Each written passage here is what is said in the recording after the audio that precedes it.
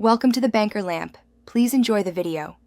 In this video, I will explain how to make a delicious smoothie from frozen fruit. First, gather your ingredients. You'll need about 1 to 1.5 cups of your favorite frozen fruits like berries or mango. Next, select your liquid base. About 1/2 cup of milk, juice, or water works well.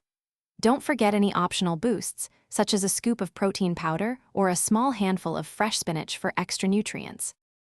Now, let's get blending. Always pour your chosen liquid into the blender first. This helps the blades move freely and prevents your smoothie from getting stuck. After the liquid, add all your frozen fruits and any other ingredients you're using, like yogurt or a spoonful of nut butter.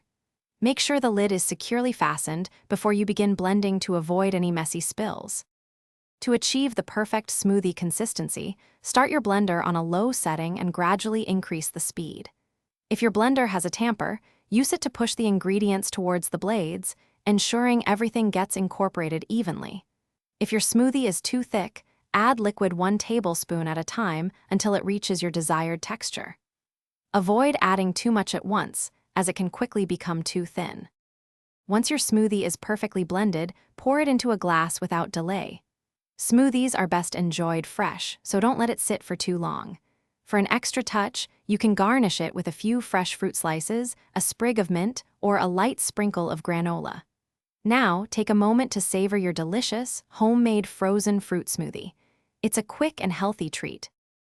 Thanks for watching. If this was helpful, leave a like and consider subscribing. See you next time.